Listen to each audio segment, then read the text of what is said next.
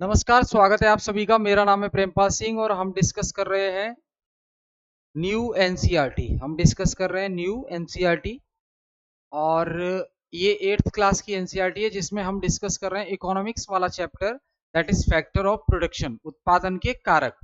अब पिछली क्लास में हमने लैंड के बारे में बात की थी, भूमि के बारे में।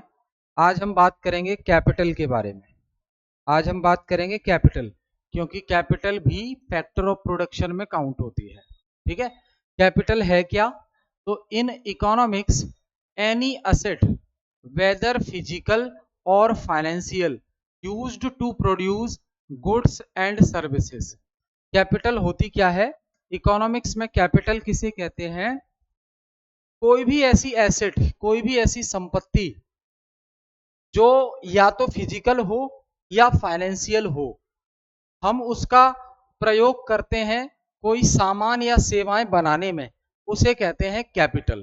ठीक है, तो कैपिटल में मशीन भी हो सकती है, मशीन, पैसा, ये सब आ जाएगा। ठीक, तो बिजनेसेस ऑल्सो रिक्वायर कैपिटल।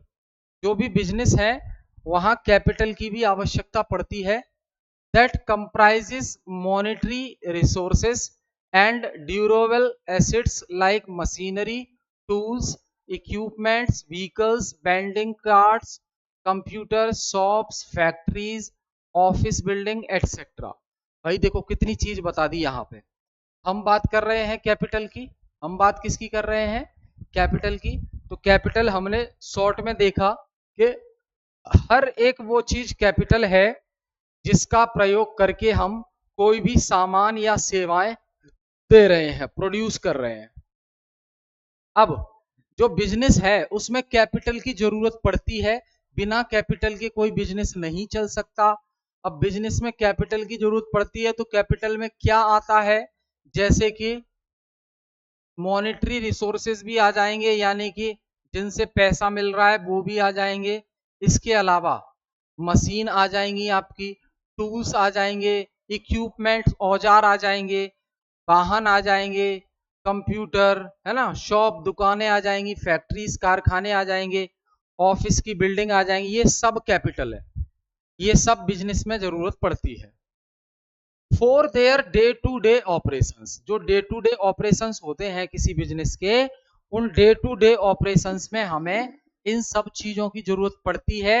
इन चीजों में के बिना हम बिजनेस नहीं कर सकते। भाई कोई भी एक ऑफिस आप ओपन करोगे काम करने के लिए तो बिल्डिंग चाहिए, जगह चाहिए आपको। ये आपके कैपिटल का पार्ट होगा, पूंजी का पार्ट होगा। ठीक, जस्ट एज रत्ना। अब रत्ना के बारे में बताया गया है, Ratna would have required money to take the land on lease. अब किसी लैंड को लीज पर लेने के लिए रत्ना को पैसे की जरूरत है। बाई द फर्नीचर, फर्नीचर खरीदने के लिए पैसे की जरूरत है। किचन के इक्विपमेंट खरीदने के लिए भी पैसे की जरूरत है। These are all called capital. इन सबको ही हम पूंजी कहते हैं। Money plus human made resources that are used to produce goods and services. चाहे पैसा हो या मानव के द्वारा बनाए गए, मानव द्वारा निर्मित संसाधन हो जिनका इस्तेमाल बिजनेस को चलाने में करते हैं हम, उसे हम क्या कहते हैं? पूंजी कहते हैं, कैपिटल कहते हैं। आई होप चीजें समझ में आई। Capital is essential to manufacturing unit और अ सर्विसेज सेक्टर एंटरप्राइज। जो कैपिटल है, पूंजी है, वो मैन्युफैक्चरिंग यूनिट जो है जहां सामान बनता है, प्रोड्यूस होता है, मैन्युफैक्चरिंग यूनिट पे भी कैपिटल चाहिए और सर्विस सेक्टर में भी हमें कैपिटल चाहिए। But where do businesses get the capital? लेकिन बिजनेस चलाने के लिए हमें कैपिटल मिलेगी कहां से? सवाल ये है। हर किसी के दिमाग में एक आइडिया है बिजनेस, कोई भी बिजनेस करने का, लेकिन उस बिजनेस को करने के लिए हमें पैसे की जरूरत पड़ती है। अब पैसा हर किसी को मिल नहीं पाता, हर किसी के पास होता नहीं है, लेकिन आइडिया हर किसी के दिमाग में कोई ना कोई आइडिया हो सकता है, लेकिन पैसा जरूरी हो उनके पास, ऐसा जरूरी नहीं है। तो सवाल ये आता है कि सर बिजनेस करना चाहते हैं, लेकिन बिजनेस करने के लिए कैपिटल चाहिए, पैसा चाहिए। पैसा होगा तभी हम मशीन ला पाएंगे, तभी हम बिल्डिंग किराए पे ले पाएंगे, ऑफिस बना पाएंगे, स्टाफ रख पाएंगे, सर्विसेज के लिए वाहन चाहिए, डिलीवरी के लिए वाहन चाहिए, वो ला पाएंगे। इन सब के लिए चाहिए पैसा। तो सवाल सारी बात आके कहाँ अटक जाती है कि जी पैसा कहाँ से मिलेगा, कैपिटल कहाँ से मिलेगा। ठीक है, तो यहां देखो मशीनरी, ये मशीनरी खरीदनी है और इसके लिए हमें लोन देगा कौन, बैंक। कौन लोन देगा, बैंक लोन देगा। तो कैपिटल कहां से मिलेगी हमें, बैंक से मिलेगी। ठीक है, कहां से मिलेगी कैपिटल, बैंक से मिलेगी। ठीक है भाई। अब देखो आप, पर्सनल सेविंग्स, फैमिली और friends are the first source of funds and support for individual when they start a business. अब क्या है, बिजनेस तो करना चाहते हैं लेकिन पैसा चाहिए। तो यहां बताया गया है कि जो हमारी पर्सनल सेविंग है, यानी कि जो थोड़ा थोड़ा पैसा हमने अपने इमरजेंसी पर्पस के लिए बचा के रखा था, वो काम में ले लेंगे हम बिजनेस करने के लिए। तो ये पर्सनल सेविंग हो गई। दूसरा, फैमिली में हम हेल्प ले लेंगे उनकी कि अभी आप हमें दे दो, हम आपके लौटा देंगे, ऐसे मिल जाएगा फाइनेंस। तीसरा, आपका जो फ्रेंड सर्किल है, दोस्त यार, उनसे भी मदद लेके आप शुरुआत में काम शुरू कर सकते हो। बाद में जब बिजनेस थोड़ा स्टेबिलिटी पर आएगा, थोड़ा प्रॉफिट होने लगेगा, तब आप उनको धीरे धीरे लौटा सकते हो। एक तो ये तरीका है। ठीक, जैसे रत्ना ने किया, Ratna did when she started her business. Ratna ने भी ऐसा ही किया जब उसने अपना बिजनेस स्टार्ट किया। However the funds were insufficient for Ratna to start the business. लेकिन रत्ना ने इतना सब कुछ ट्राई किया दोस्तों से, फैमिली से, लेकिन फिर भी जितना पैसा चाहिए बिजनेस करने के लिए उतना पूरा हो नहीं पाया, इनसफिशिएंट रहा, सफिशिएंट नहीं हो पाया। So she took a loan from the bank to meet the shortfall. अब जितना पैसा कम पड़ रहा था, रत्ना ने उतना पैसा बैंक से लोन ले लिया, कर्ज ले लिया।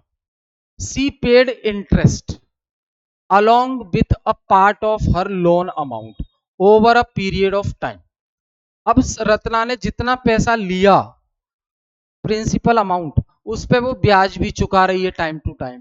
ठीक, similarly large companies require a lot of money to expand their business. ठीक इसी प्रकार रत्ना की तरह ही जो बड़ी बड़ी कंपनियां होती हैं, वो अगर अपने बिजनेस को एक इस जगह से दूसरी जगह तक फैलाना चाहते हैं, एक्सपेंड करना चाहते हैं, तो उन्हें भी लोन लेना पड़ता है। ठीक, hence they raise money from the general public through the stock market. अब वो स्टॉक मार्केट से, पब्लिक से शेयर बेचकर पैसा इकट्ठा करते हैं। स्टॉक मार्केट है क्या, ये स्पेशल टाइप ऑफ मार्केट है जहां पर शेयर को खरीदा और बेचा जाता है। जो बड़ी बड़ी कंपनीज हैं वो इस तरह से पब्लिक से फंड इकट्ठा करके अपने बिजनेस में लगाती हैं। ठीक है, और जब कंपनी को प्रॉफिट होता है तो उस प्रॉफिट का शेयर कस्टमर को भी दिया जाता है, जिसे डिविडेंड कहते हैं। ठीक है, from the public by offering them a share of the profit, that is called dividend. In other words, big businesses can raise money or financial capital through such a market and can sell share of their businesses. You will learn the exact mechanism of how this works in the higher grades. Higher grade में और ज्यादा हमें पढ़ने को मिलेगा कि ये काम कैसे करता है, शेयर बेचने से फंड रेज होता है। अब यहां देखो, आपकी नई बुक में ये टर्म्स दी है। इंटरेस्ट क्या होता है, तो इंटरेस्ट सीधी सी बात, बैंक से हम जो कर्ज लेकर आए हैं उस पर वो ब्याज लेती है, उसे हम इंटरेस्ट कहते हैं। तो the amount of money paid by the borrower of a loan to the lender of the using their money for a specific time. अब बोरोवर हो गए हम और लेंडर हो गई बैंक देने वाली। डिविडेंड क्या है, an amount of money paid regularly by company to its share holder. जो जिन जिन लोगों ने कंपनी के शेयर खरीदे थे, अब कंपनी प्रॉफिट में जा रही है, तो उस प्रॉफिट का हिस्सा हर शेयर होल्डर को मिलेगा, उसे हम कहते हैं डिविडेंड। डिविडेंड यानी कि हिंदी में इसको बोलते हैं क्या, लाभांश।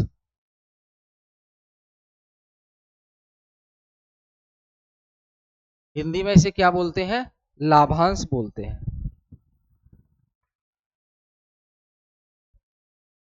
आगे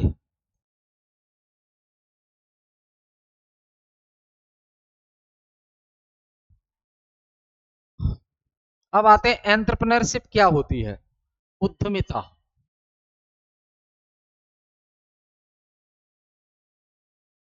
एंटरप्रेन्योरशिप क्या होती है, उद्यमिता। तो entrepreneurship means starting your own business और creating something new to solve a problem. Entrepreneurship का मतलब क्या होता है, कुछ नया करना। मान लीजिए सोसाइटी में कोई प्रॉब्लम चल रही है, अब उस प्रॉब्लम को सॉल्व कर दिया आपने, तो आप एंटरप्रेन्योर कहलाओगे और उसी से फिर आप बिजनेस करने लगे। फॉर एग्जांपल, लोगों को बड़ी दिक्कत होती थी जब वो ऑटो बुक करते थे, तो वो घर से निकलकर मेन रोड तक जाते थे, वहां ऑटो खड़े होते थे, फिर ऑटो वालों से बात करते थे, भैया चलोगे एयरपोर्ट, चलोगे या स्टेशन चलोगे, कितना लोगे। दिक्कत होती थी उन्हें, घर से निकलकर रोड तक आना पड़ता था, फिर भी बात बने ना बने। अब इस प्रॉब्लम को समझ लिया किसने, ओला उबर कंपनी ने, तो सॉल्यूशन दे दिया उसने, तो वो एंटरप्रेन्योर हो गए, समाधान दे दिया। घर बैठे ही घर से बुक करो, दहलीज पर बाहर आके गाड़ी में बैठो, सीधा स्टेशन पहुंच जाओ। ठीक है, याद रखेंगे। लोगों को जगह जगह जाकर होटल तलाशने में दिक्कत होती थी कि कहां पर है होटल, मुझे सिटी जाना है पेपर देने, होटल कहां मिलेगा, कितना नजदीक है। ओयो वाला आया, उसने नया कॉन्सेप्ट निकाला, कहीं पर भी होटल मिलेगा आपको, बुक करो। समझ गए, एंटरप्रेन्योर कहलाएगा वो। तो entrepreneurship means starting your own business और creating something new to solve a problem. And entrepreneur is a person. अब ऐसा काम करने वाले व्यक्ति को एंटरप्रेन्योर कहेंगे। एंटरप्रेन्योरशिप और एंटरप्रेन्योर में अंतर होता है, ठीक है।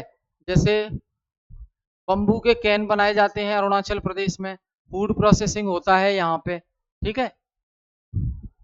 इसके अलावा पोल्ट्री प्रोडक्ट्स दिल्ली में देखने को मिलते हैं, पेट्रोकेमिकल प्लांट्स लगे हुए हैं।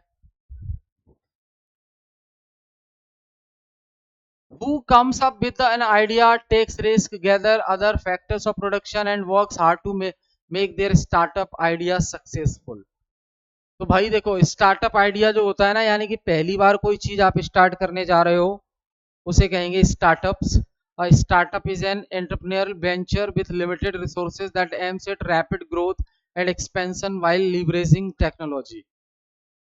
नए आइडिया पर काम करना स्टार्टअप है ना, और अच्छा ग्रो भी कर जाता है मेहनत करते हैं तो। Who comes up with an idea, idea पर काम करना। अब entrepreneurs vision for solving a problem, helps bring innovative products and services to the market that benefit society and the nation। Entrepreneur का जो विजन है, यानी कि जो उद्यमी है, बिजनेस करने वाला जो व्यक्ति है, उसका जो विजन है वो क्या है, प्रॉब्लम का सॉल्यूशन लाना, और जिससे सोसाइटी में जो प्रोडक्ट्स हैं और सर्विसेज हैं उनमें इनोवेटिव चेंजेस लाना, जिससे सोसाइटी में रहने वाले लोग, देश में रहने वाले लोग, उनको फायदा पहुंचे। जैसे ओला उबर आ गई, इनोवेटिव आइडिया है एकदम, घर बैठे ही, ठीक है, और लोगों की सर्व करना, लोगों को सुविधा पहुंचाना।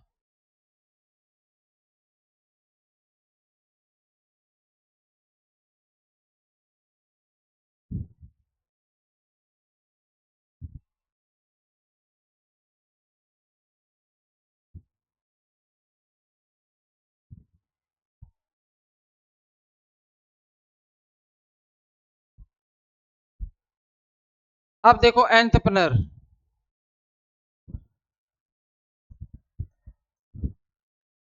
मेक्स की डिसीजंस। एंटरप्रेन्योर क्या है, मेक्स के decision regarding the operation and functioning of his her business.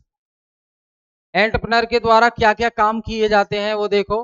तो एंटरप्रेन्योर जो होता है, यानी मैं कोई नया बिजनेस स्टार्ट कर रहा हूँ नया आइडिया के साथ, तो मैं एंटरप्रेन्योर हो गया, उद्यमी। तो एंटरप्रेन्योर क्या करता है, डिसीजन लेता है अब काम काज से संबंधित, अपने बिजनेस के संबंधित, ठीक है। अब takes risk by investing money and time, ये रिस्क भी लेता है, पैसा भी इन्वेस्ट करता है, टाइम भी इन्वेस्ट करता है, लेकिन जरूरी नहीं है सक्सेस हो, तो रिस्क है। Identify the problem and is resolve to solve it with an innovative solution, समस्या को पहले पहचानता है क्या समस्या है, फिर उसको समाधान के लिए इनोवेटिव आइडियाज निकालता है। Combines various factor of production, जो प्रोडक्शन करने के लिए अलग अलग चीजों की जरूरत है उनको कंबाइन करता है। Contribute to the welfare of society, अब अगर जो समाज है उसके अंदर जो समस्या है उसका अगर समाधान निकल लिया तो फिर क्या होगा, सोसाइटी के लिए कंट्रीब्यूशन माना जाएगा, इसको देश के लिए भी कंट्रीब्यूशन माना जाएगा, है ना, इनोवेटिव आइडिया माना जाएगा। तो ये आपके एंटरप्रेन्योर के काम होते हैं।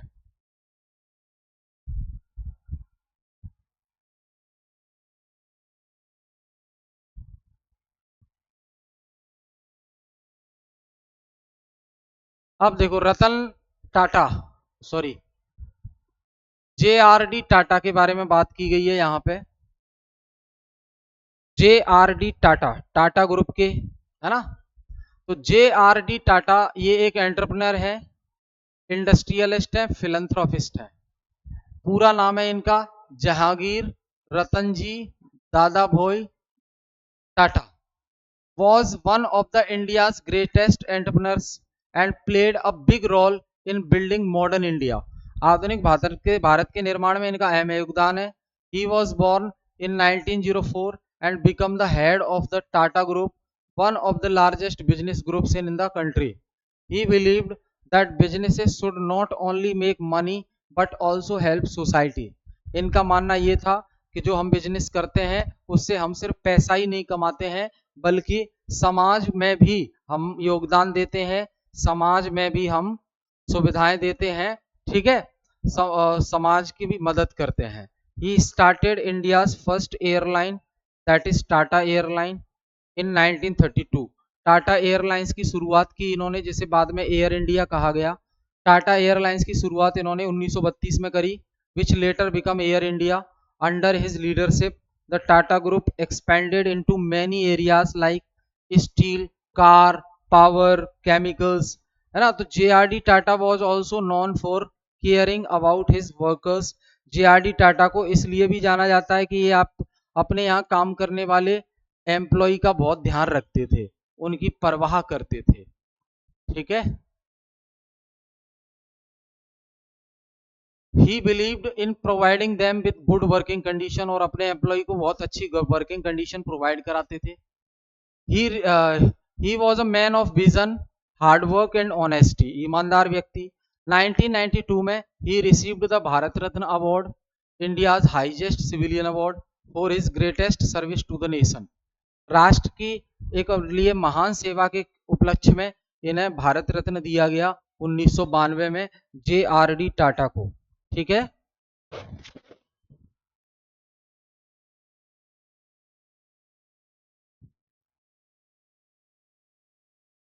फिर है आपका टेक्नोलॉजी से रिलेटेड।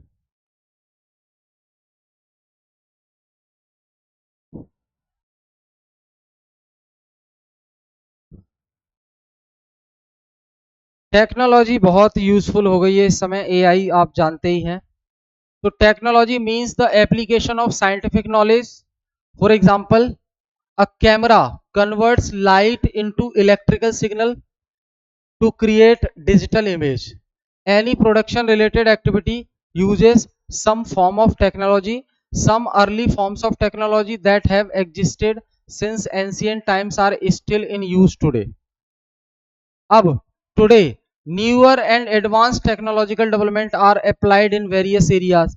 आज क्या है, नई नई टेक्नोलॉजी अप्लाई की जा रही है अलग अलग एरिया में। मेकिंग अवर लिव्स इजियर, हमारी लाइफ को इजी बनाने में, हमारे जीवन को आसान बनाने में। For example, payments can be made at the click off button, एक क्लिक करने पर पेमेंट डन कर देते हैं हम UPI से, है ना। Farmers can get advance weather update, किसानों को मौसम के बारे में मौसम से पहले ही मौसम के बारे में जानकारी पहले से ही मिल जाती है। ग्लोबल पोजीशनिंग सिस्टम जीपीएस, वो डिस्कवर कर सकता है किसी भी शॉर्टेस्ट रूट को, अगर आपको कहीं जाना है तो, है ना, लोकेशन सेट कर दो गूगल मैप के जरिए। ये टेक्नोलॉजी है, ये क्या है, टेक्नोलॉजी। देखो ऊपर वाला सब देख रहा है, ड्रोन्स है, देखो फर्टिलाइजर, रोबोट यूज हो रहा है सर्जिकल प्रोसेस में, डॉक्टर यूज कर रहे हैं सर्जरी करने में।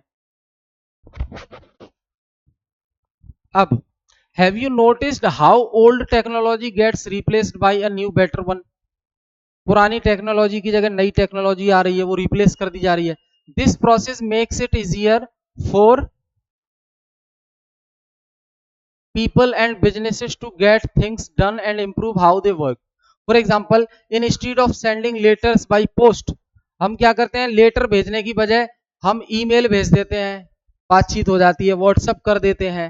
ठीक, remember that technological progress does not always mean replacing old technology, some like pulleys and wheelbarrows are still in use.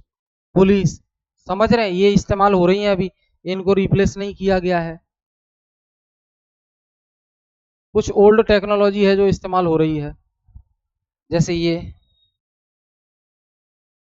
Wheel बैरो, ये आज भी इस्तेमाल हो रही है। पुली, ये इस्तेमाल हो रही है आज भी, इसकी जगह कोई नई टेक्नोलॉजी नहीं आई है। Now let's look at examples of how technology is helping students learn, build new skill and find job. तो देखो टेक्नोलॉजी के लिए, नॉलेज के लिए स्टूडेंट की भी मदद कर रही है टेक्नोलॉजी। स्वयं पोर्टल आपको पता ही है पढ़ने के लिए, स्वयं का फुल फॉर्म है study webs of active learning for young aspiring minds which offer courses for grade 9 onwards and operate on massive open online course MOOCs, through which learners can explore subjects like robotics, aquaculture, textile printing and so on that are free of cost.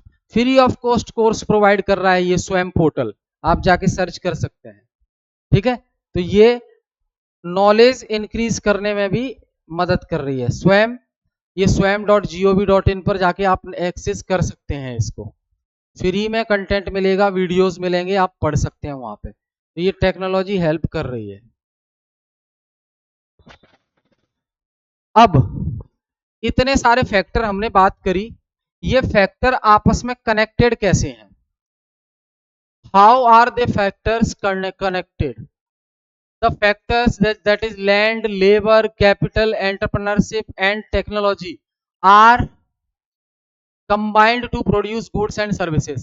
जितने भी factor of production हमने बात करी ना, चाहे वो भूमि हो, श्रम हो, पूंजी हो, उद्यमिता हो या तकनीकी हो, इन सबको कंबाइन करके इस्तेमाल करते हैं, तब हम कोई उत्पादन कार्य करते हैं, सर्विस देते हैं।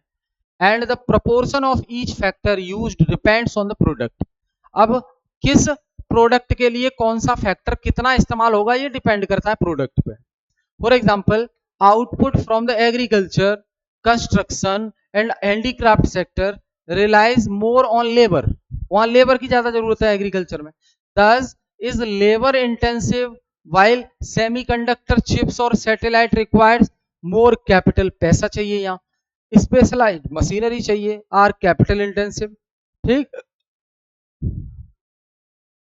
These factors complement each other and are interconnected. ये सभी एक दूसरे से इंटरकनेक्टेड है, काम नहीं चलेगा। In case of some missing or misused factor, production can become inefficient.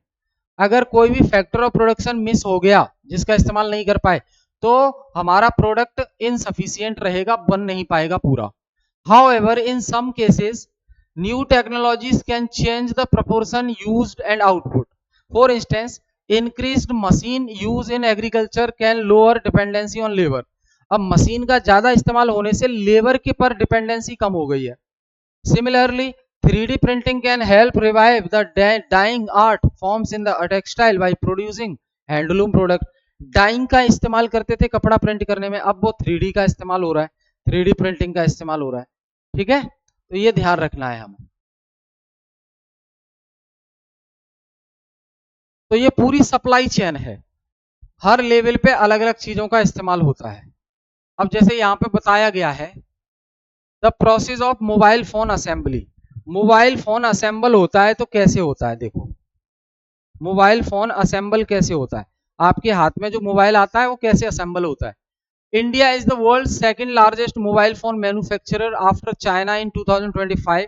Let's understand these ideas through a flow chart depicting mobile phone manufacturing. Mobile phone manufacturing कैसे होता है वो पूरी प्रक्रिया को समझते हैं हम।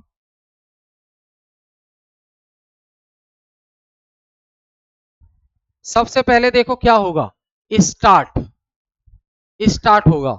स्टार्ट में क्या होगा, जो हमारी रिसर्च एंड डेवलपमेंट टीम है, R&D टीम है, वो कॉन्सेप्चुअलिटीज न्यू फीचर्स इन पे डिस्कस करेगी।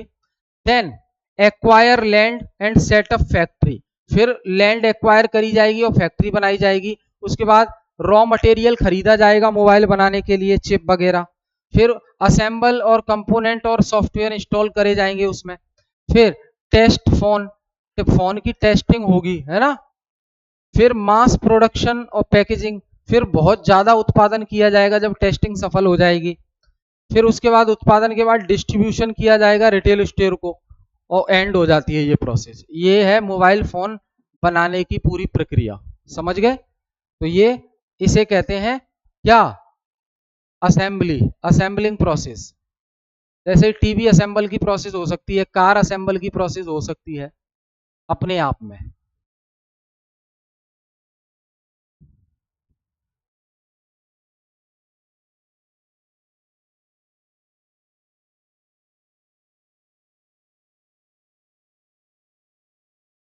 ठीक है, तो ये हमने डिस्कस करा। फिर हम अगली क्लास में मिलेंगे, इसके आगे डिस्कस करेंगे और चैप्टर फिनिश कर लेंगे इसको हम। ठीक है, जुड़े रहिए हमारे साथ। आपके कोई डाउट्स हैं आप कमेंट करके हमें बताइए, उन चीजों को इंक्लूड किया जाएगा क्लास में, कोशिश की जाएगी पूरा एक्सप्लेन किया जाए और आपके डाउट क्लियर हो जाए। हम फिर मिलेंगे नेक्स्ट क्लास में। बहुत बहुत धन्यवाद।